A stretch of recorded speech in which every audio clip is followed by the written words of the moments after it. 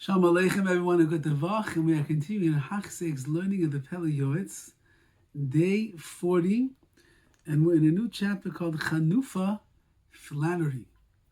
Chanupa Goida Ra'asa Mefarish B'div Rabbi Seinu Zal B'Shasa B'Joshim, the terrible sin and the terribleness that Chanufa, that flattering someone can bring to a person, is spoken about at length in Shas and Midrashim. Chazal speak about it in the Gemara and Midrashim. V'yasav ish tahor marino arav Rabbi Chaim Vital Zal b'sifra HaKodesh Shari Kedusha. Rabbi Chaim Vital, the holy Kabbalist, in his holy work Shari Kedusha, speaks about it at length over there, how terrible it is to be a person that is a mechanif, that flatters others. It's like the ultimate in the lack of belief and trust in Hashem. You think that you need to flatter this person to get the things that you want. We don't do such things. The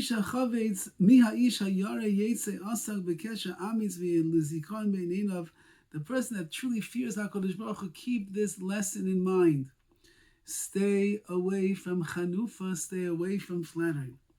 However, we have to explain though what chanufa is.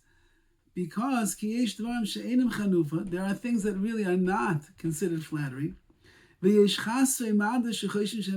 there are people that are lacking understanding, and they think that those words are really chanufa, they're really flattering words. If you give flattery to a wealthy man, people say, "Oh, you're such a flatterer, you're giving false flattery to this person over here." And they say, you can't talk like that to the rich. And they're mizalzel, and they end up disgracing the honor of the person that spoke what they hold as flattery. And they say, no, you're not doing the right thing. That you can't do that. That's not appropriate. But they are wrong, says the Pele Yoetz. It is not right what they are saying. They see a rabbi come along and he stands up at an event and he gives great honor and respect and flattering words to the wealthy donor who just donated the new campus to the school.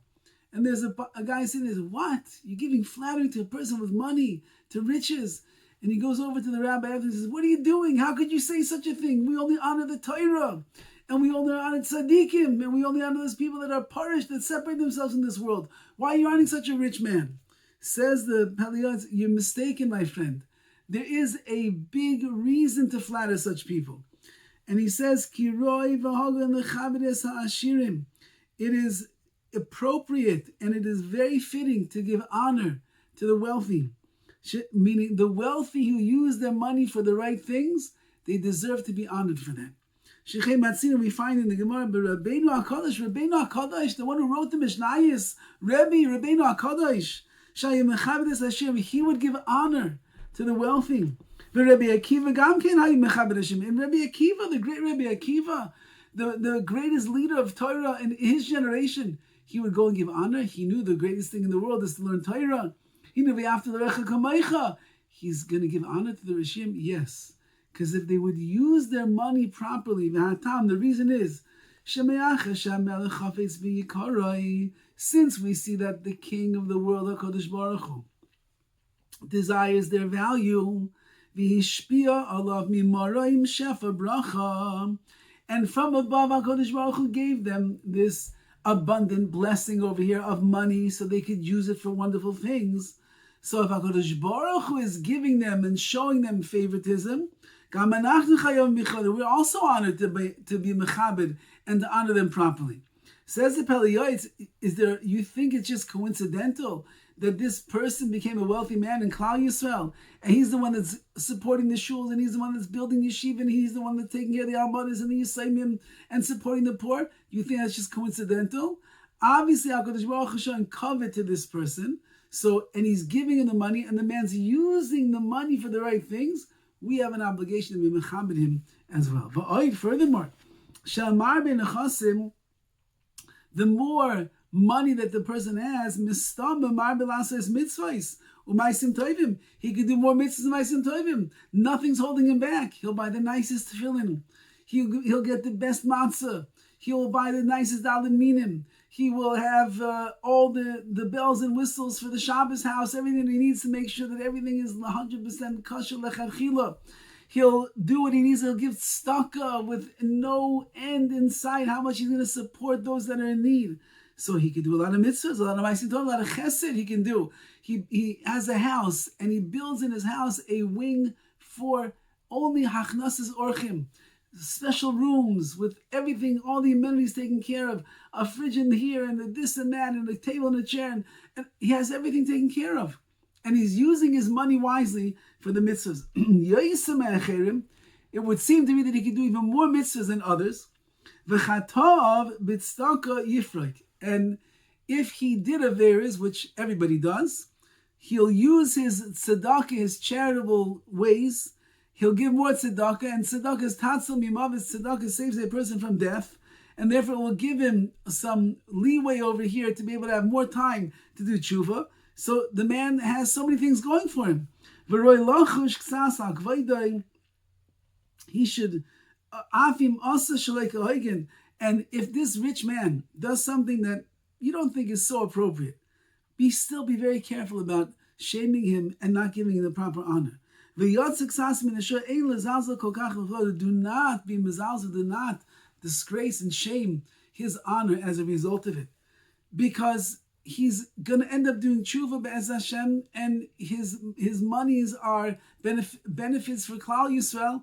And as long as he's an ehrlicha person, a God-fearing person, he's trying his best, don't make a big deal about it, says the Pele Yoetz. Shechem matzina b'shas.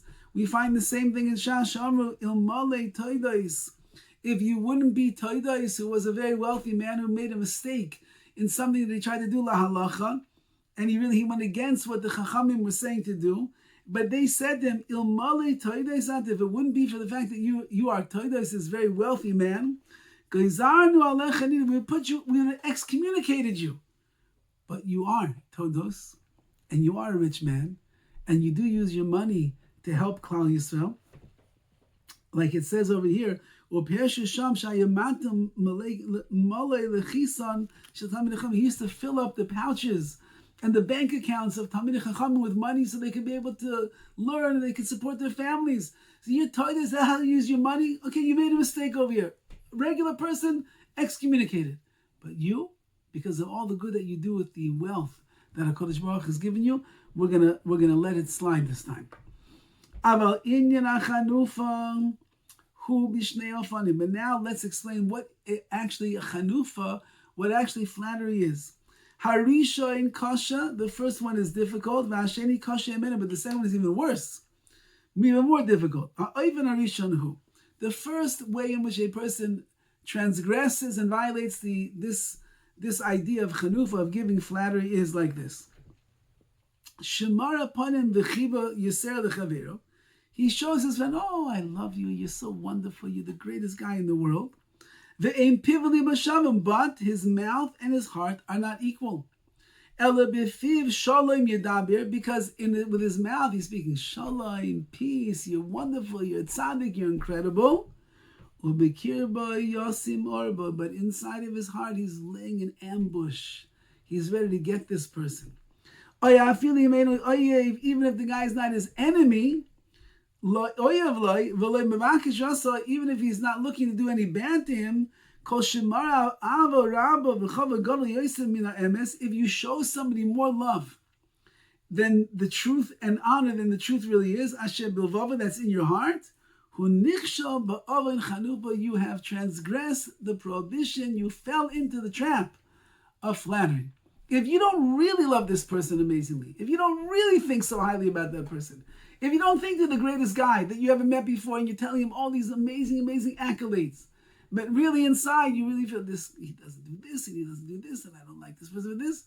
So even if you have no intention to do anything bad to him, you are falling and stumbling into this sin of chanufa, of flattery.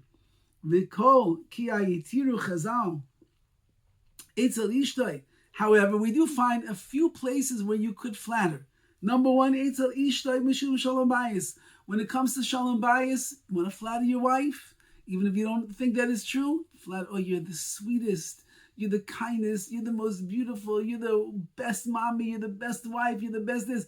Even if you don't feel that, you've seen other women do better, you've seen other husbands do better, you've seen other people be better and kinder and nicer and warmer and better midas and everything, but for shalom bayis,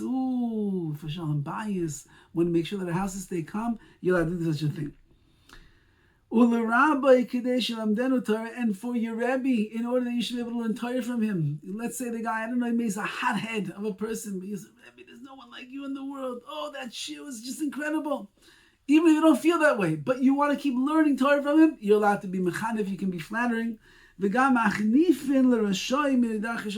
for Rishoyim, a wicked person, in order to keep the peace, that there shouldn't be this hatred and they come and do terrible things, Rachmana litzlan, to us, so you're allowed to flatter a bit in order to, for the sake of peace, to keep it between us and between the Rishoyim. So flattery, the first thing that he's saying is, the problem is that if inside of your heart you don't feel the words that you are saying, so then that is already stumbling into this place of chanufa, flattery, which a person should avoid at all costs. Have a wonderful day. All the best.